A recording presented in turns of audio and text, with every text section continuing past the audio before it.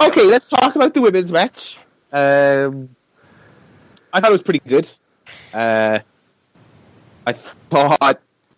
realized they had to make up the numbers, but I would maybe not use Alicia Fox again.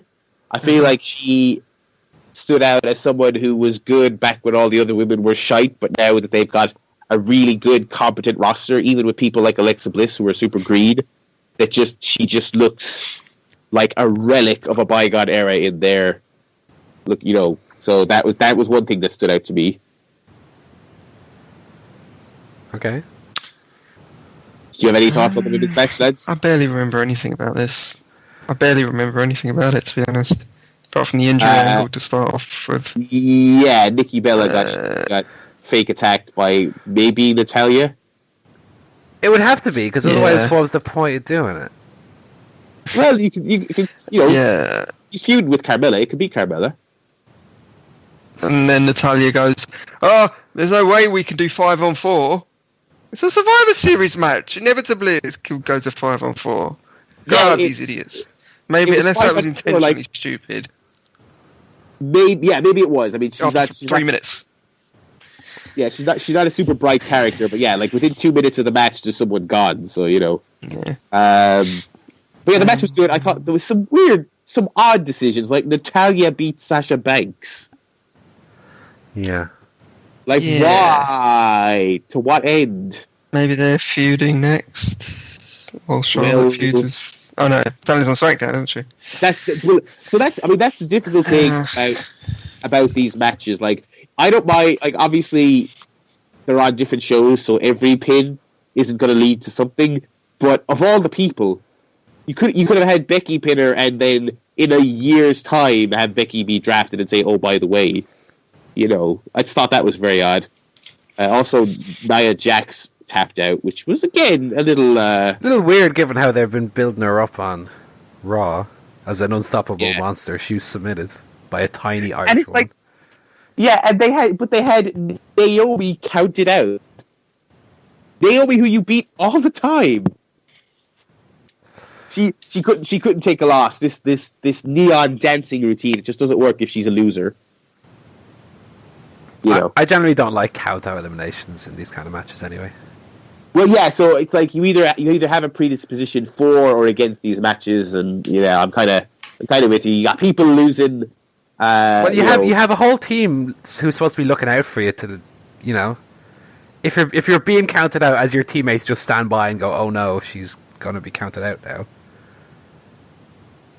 Can one of them not push her back into the ring or? Yeah, and especially during the men's match, they were playing up to the storyline of people not getting along, and so people were deliberately not breaking up pins, and I'm like, oh my god. But yeah, so this match, generally speaking, the action was good, but just some anomalies there with the booking. But Raw won. Also, you had yet more. We talked about this last week, but you had yet more Bayley beating people up with the numbers advantage. That was great. Becky Lynch, Soul Survivor babyface against the heels with the number advantage, Charlotte and Bayley. Fuck's sake, could you not? She should have been counted out. If you're going to count someone out and it's not going to be Nia Jax, get Bayley out of there so A, she doesn't have to lose, and B, she doesn't have to fucking have the numbers advantage over a face. Anyway, so there was a reason behind it. At the very least, I will give them that much. Charlotte then immediately beat up Bayley after Bayley got the big win. So that was fine, set up their feud, that's grand. And I suppose the only real upshot of this is on SmackDown, Nikki was like, "I blame you, Carmella," and they're having a no DQ match at the pay-per-view. Which is good. I've been thinking ever since they've gotten all gung-ho, we're serious about the women now. I was like, you should have them, they should be doing gimmick matches, because the men do gimmick matches, there's no reason the women shouldn't. Obviously, it's kind of scary when people like Sasha do Hell in a Cell because they try to kill themselves. But I think Nikki and Carmella will maybe. I think they might have a decent match here. Plus, she's a bit shite, so she might actually have a good pay-per-view match if they can use shortcuts. But that's not a guarantee because she's getting better, but she's still pretty bad. So yeah, that was that. Next I might be getting the order here wrong, listeners. Bear with me, but we'll cover all the matches one way or the other. We had Sami Zayn versus The Miz. Yeah, that was next. That was a good old match. Both great. I feel kind of bad for Sami Zayn lately. Every time I watch Raw, he's... let's say he's being misused. Every time I try and watch Raw, he's not on it. So so that's a thing. But he's still great. The Miz is obviously great. The Miz is doing really well in his role. I'm really glad Maurice is back, and I think they've done some clever stuff with her in terms of the finishes. Like when she, what did she do in the Dolph Ziggler match last week? She pushed over a roll-up. Pushed over the cradle, yeah. Yeah, which I always actually like that finish. I always think it's kind of silly and cartoony, but I like it. You're just, even though it's in character for Miz and Maurice, and it's akin to what they've been doing recently, you will never get me to like a Montreal finish. In Canada again. In Canada, in the fucking year of our Lord, 2016. Maybe if you'd never done it since 1997, and then we go, oh, that's a callback. Oh, this is impressive. But they have done it once a year, every year, and TNA have done it 10 times, and like every other company has done it. It's just like, it is the most eye-rolly finish. We're getting to the point now where they're going to be doing that finish, and the people in the match won't have even been born when the original one happened. There's already a lot of that. I mean, it's look, 19 years ago now. Yeah, which is like, think about what percentage of a WWE pay-per-view audience is under 19. Probably a decent amount. I mean, in fairness, she rang the bell and distracted. Like, people aren't going to be confused by it, but the fact that they're still referencing it. Stop it, please. Yeah, so that was that. Other than that, a good match. Again, like the women's match, I mean, look, this was the theme of the night. The weird thing about doing Raw versus SmackDown is you kind of might have to ask yourself, oh, well, Zayn was shafted. Is he going to get revenge? It's like, not really. Because he's, I did see some speculation that thus far appears to have been wrong, that maybe they were going to send him to SmackDown, Zayn, like, as punishment. Oh, you lost for Raw, so off you go. Which I would fucking love, because put him on a good show that I watch. Yeah. But that does not appear to be the case. So that's unfortunate. But yeah, good match. Like the Miz a lot. So, yeah, that was that. I think we had the 20-man tag match next. Yeah. This really overachieved, because I remember looking at those roster of people in this match, and I was like, I like some of them, but you got Fashion Police in there. They are great. So you be quiet. Breezango.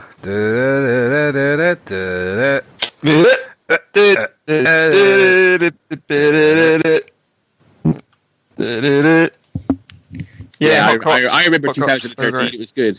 Yeah. He's having a go, isn't he? 2013 was when, for those 3-year-olds listening who don't remember, That's when on the main roster people were pretending Fandango is good, and on NXT people were pretending Tyler Breeze is good. I resent that. I like Tyler Breeze. I resemble that remark. Objection. Yeah, go on. They're good. They're not bad wrestlers, but I don't like their stupid fucking stripper outfit. They're police though. They got eliminated in about 2 seconds, so Vince Jr. agrees with me. Vince Jr. is a maniac. Well, that's also true. He also never won a Slammy, so what does he know? What? Exactly.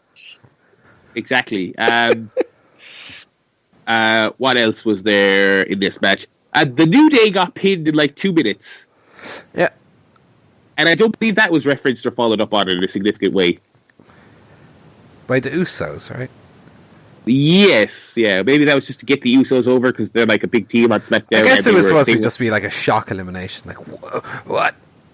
Something that you kind of didn't even think was a possibility.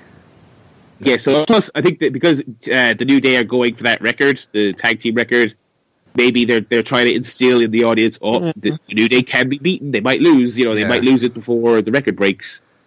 So maybe that was the case. I just thought that was very odd. But I thought the action in this match was great. You had American Alpha going crazy. You had Jordan like suplexing Gable out of the ring into a big tope. Lots of action like that. Minimal Enzo and Cass, because Enzo's a bit rubbish. A little bit. Yeah, and it boiled down to a really fantastic finishing sequence. Sheamus and Cesaro against the Usos.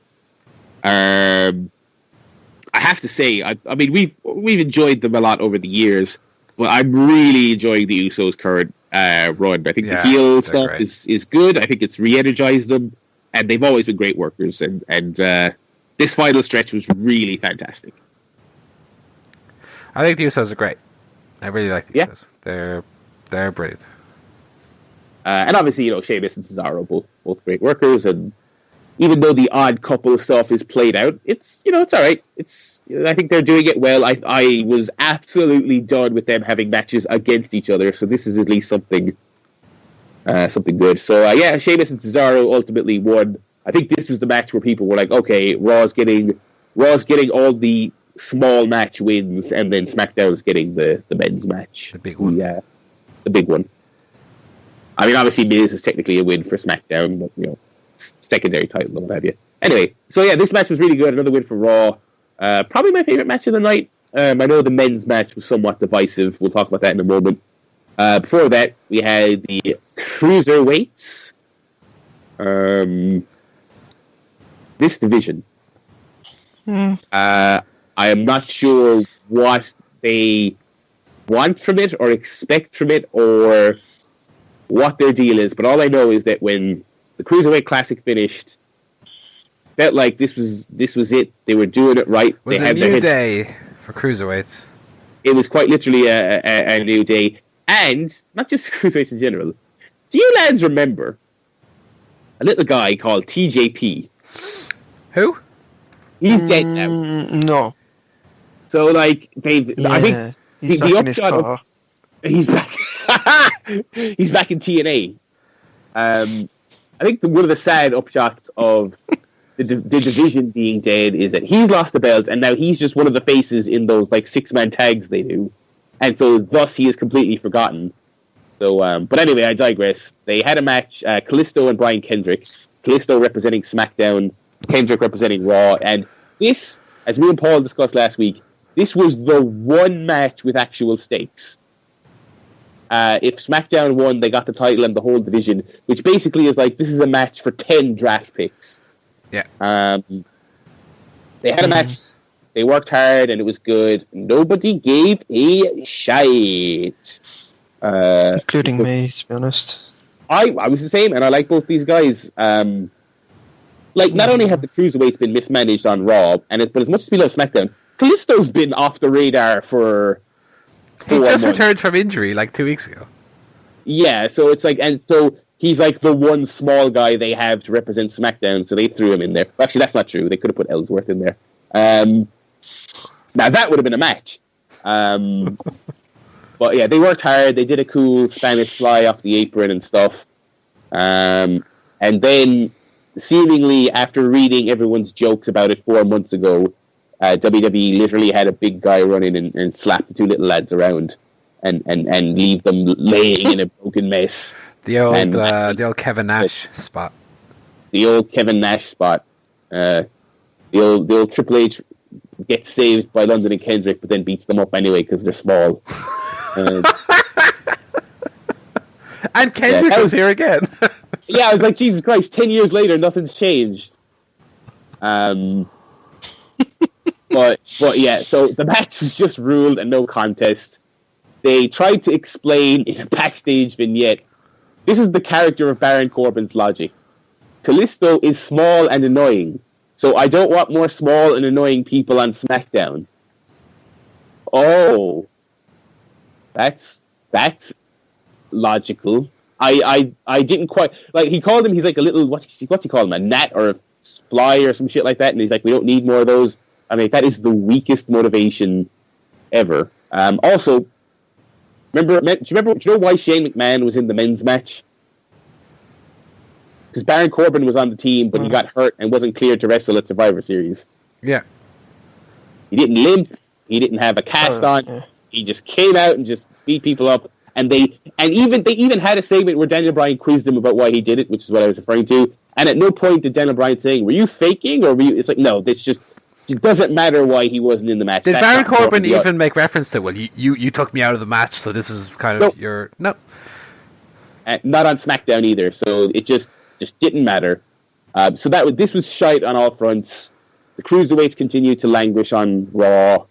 Baron Corbin's character didn't benefit from this in any real way, and oh my goodness, I didn't like this at all. So yeah. Then we had the big 5-on-5 Raw vs. SmackDown men's match. This was, if nothing else, an hour long, and I think it didn't feel like an hour. Because there was lots of shortcuts and tons of storyline insanity and angles and twists and turns. We won't go through everything here, but the big moments, I suppose, were Braun Strowman killed a bunch of people. He looked, decently impressive. I think he was protected pretty well. AJ Styles nearly died going over the top rope for him.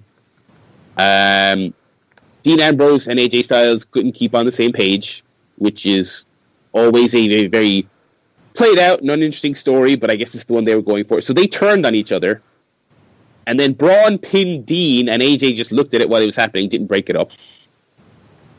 So that happened. What were the other things? Here's a really bad Survivor Series trope. Kevin Owens picked up the list of Jericho, an international object, and he beat the shit out of someone with it, and then the referee disqualified him, and he said, "What?" I fucking hate that finish, and I feel like they do it once a Survivor Series. Yeah. So that was annoying. Shane McMahon was in there looking like someone who'd get eliminated in the first round of Tournament of Death. Just a puffy old guy throwing the worst strikes you've ever fucking seen. He did his elbow drop, which was cool. I mean, it was like the best elbow drop he's ever done, so that's fine. And then he went to do his coast to coast to Roman Reigns. Reigns popped up and speared him midair. Looked insanely cool, but also terrifying because Shane had the glassiest eyes imaginable. It was actually quite scary. It was really scary watching it live because it was like, oh god, he looks severely hurt. He was on SmackDown, and there was never actually a report on what actually it was. I'm assuming it was just he was knocked a bit loopy, but no one officially used the concussion word. Yeah. Some murmurings that maybe WWE are not being as transparent as you'd like about that lately, but I watched his performance here and I was like, right, he's shite. He punched Jericho in the nose at one point, and he hurt himself, and I was like, this is the end of Al Shane, I think, for his sake and everyone else's sake, because it's not like it looks good when he's in there anyway, Yeah, I think they'll use him again. They'll wheel him out. I think they will, but I think it should be the end, but I mean, they won't let Daniel Bryan wrestle, but they'll let Shane wrestle. And I'm not harping. I don't want to go back to they should let Daniel Bryan wrestle, because I don't think they should if he's got head injuries. But it is ridiculous the people they will let wrestle compared with who they won't. Yeah, you're not wrong. So,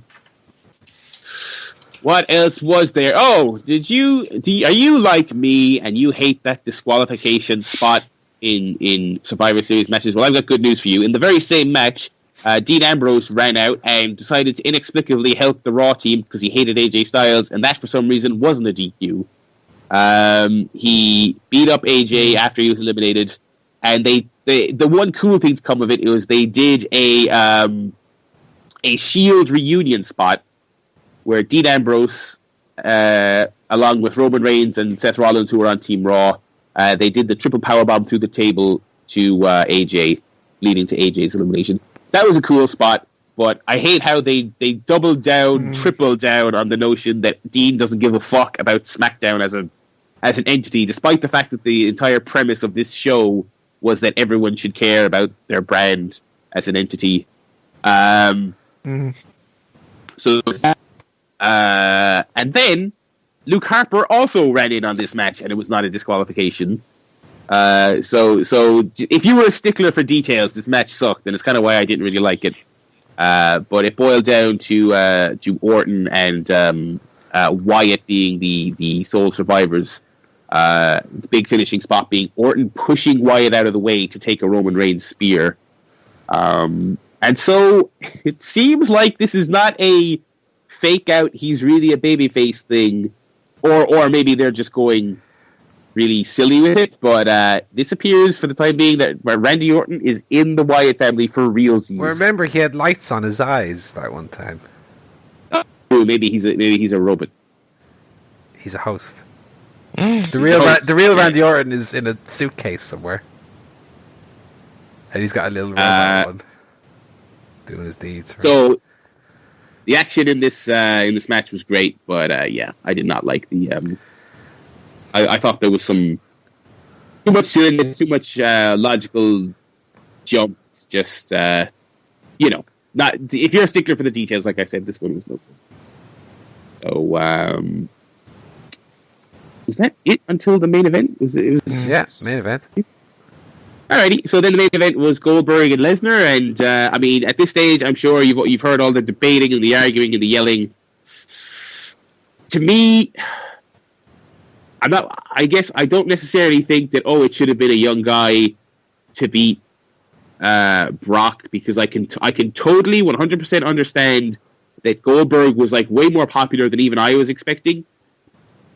Like I was expecting him to be cheered, but like it seemed like the people were really into him. Even this Canadian crowd. I thought the crowd was going to give this match a hard time from the opening bell, and they really didn't. So I can understand wanting to keep him strong, but I'm just so mentally checked out on this era of top level matches on major pay-per-views have to involve returning people or limited time people. Like, this decision in and of itself, I feel like wasn't the worst thing ever, but coupled with everything we've seen in the last 5 years, I'm just very excited on the nostalgia heavy direction of WWE.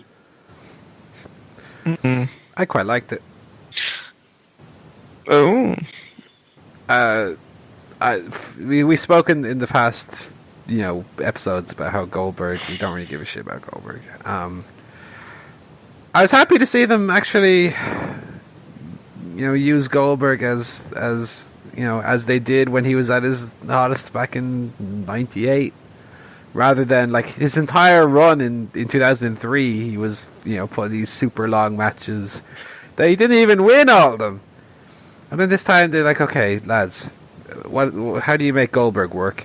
And someone in the back of the room who watched WCW went, Vince. Dean Malenko went. He just has to win in like he has to, 2 minutes. How you get someone over is what they do is they beat the other fella convincingly. What? Well, goddamn, we'll give it a try. And he Lesnar. I think the way they did it. I mean, again, this has been said everywhere, but Lesnar has the old "I got caught unaware" card to play, so it doesn't. It's not definitive to the point where a rematch is like out of the question of like, what's the point? Goldberg beat him in a minute. Where you can do a rematch and it would still kind of make sense. It would work. And with regards to the whole give someone a rub thing, it's nice to have this ideal of the young guy will be the one to beat Lesnar finally, but they have it so fucking Roman Reigns or someone would do it, and whoever would get the rub, what would actually happen is they would be resented because fans would be in the mindset of, this person in getting the rub is the chosen one, and so we have to rebel. I feel like the whole idea of someone getting a rub of that kind is like a thing of the past now, where the people who are over the most are the ones that the fans like anyway, so they're over as it is, and the people who aren't over and so WWE try and get over by doing this kind of thing, the fans resent them because they feel like they're being forced on them. So, yeah, is it really necessary to hold out this Lesnar victory for someone who is a new up and comer, or is it better to capitalize on a little bit of buzz? Someone like Goldberg, who's all over ESPN and so on, that has a little bit of nostalgia to it. We were talking about earlier about Star Wars and that kind of thing. Yeah. I feel like maybe they made the right decision having Goldberg win, all things considered, and the way they did it as well. You know, you can imagine people who don't watch wrestling for a decade might get a text, and on the water cooler you might have, did you hear what happened last night? Goldberg came back and had won the main event in a minute. What? Oh, I have to look it up. You know, this kind of thing. I mean, I feel like yeah, it is the right thing. It is a complicated thing, and I think all the points you make are valid, especially because, like, you know, like you said, 2003, they just got it all wrong. He did long matches, and even though I was expecting Brock to win, I was expecting this to be a sprint. I wanted this to be 6 minutes of blood and guts and just big moves, and then it be over. But very, very weird. And like I said, I think I'm just down on it because I'm just done with their whole direction. And I feel like just in general, I'm very much one of those fans who's like, it's not a good long-term direction for sure. No, absolutely not. I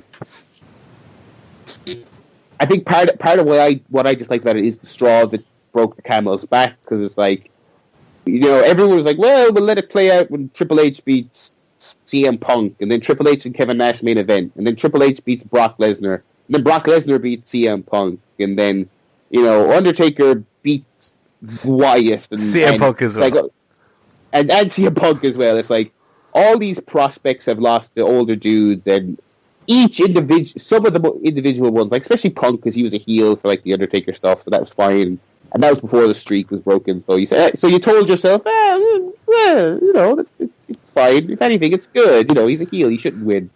But now we're like 6 years deep in the nostalgia-heavy era, which I feel like The Rock really kicked off in 2011, who also beat CM Punk, by the way, and John Cena.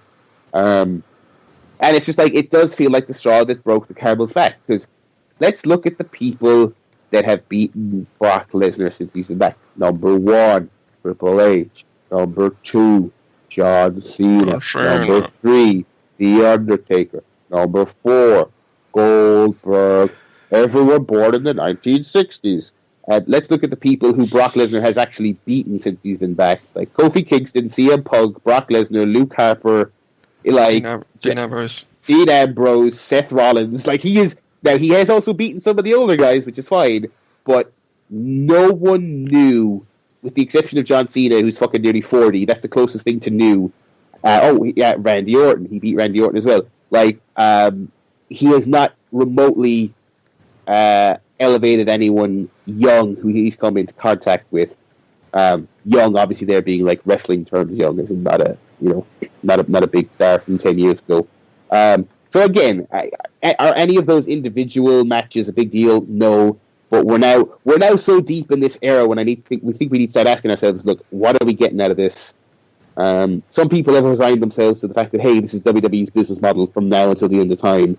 They're constantly going to bring people back and rely on that, but I don't buy that. I don't buy that, because you know what's going to happen in 20 years? You're going to try and bring Dean Ambrose back, and no one's going to give a shit.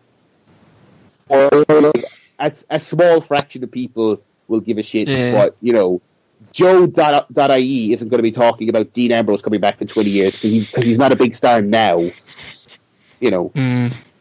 But I think, as we kind of summed up here, I guess it's more complicated than just good or bad should he have won, you know.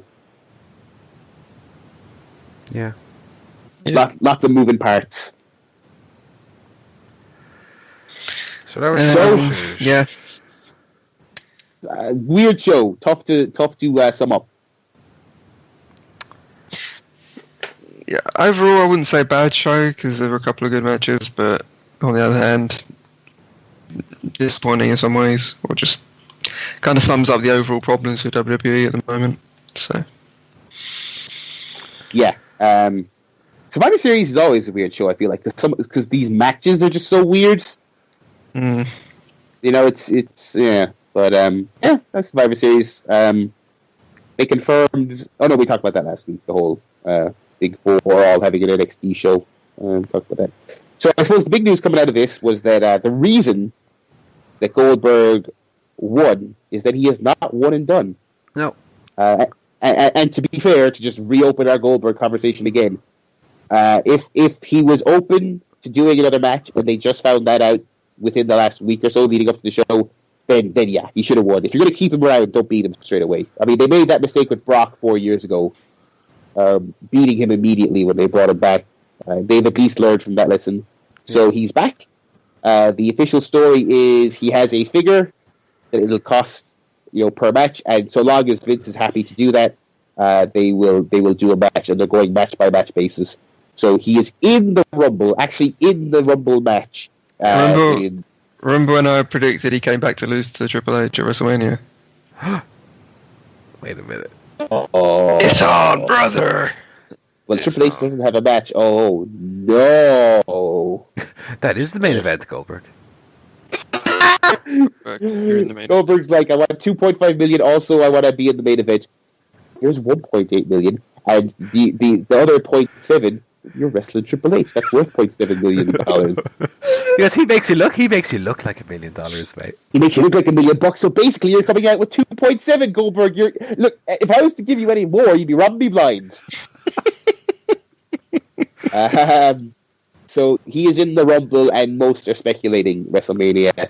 I mean, it kind of writes itself. This is one of those things where I would be perfectly happy if it went the predictable way, which is they kill each other at the Rumble, and then they have another match, and that match might be a touch longer, and they might use some gimmicks, and I'd be fine with that. Or they go the whole hog, and he wins the Royal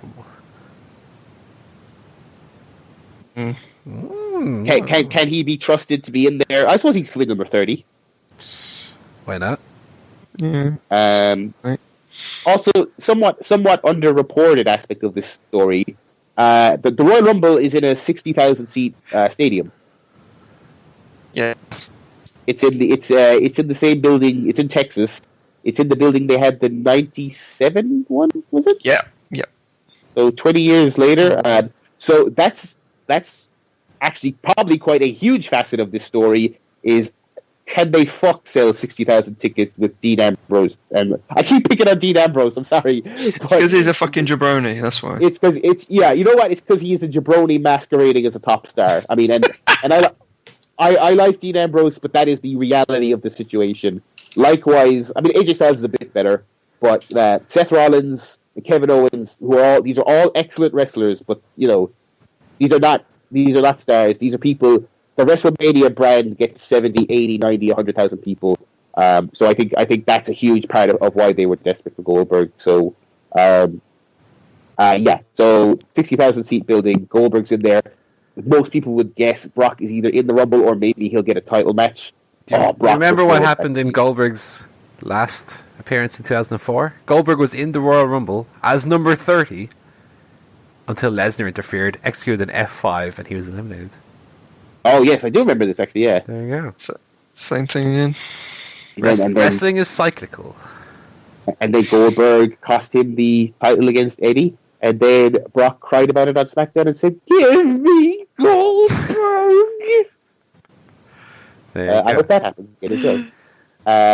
Playing the role of Eddie Guerrero this year will be Kalisto. Sasha Banks.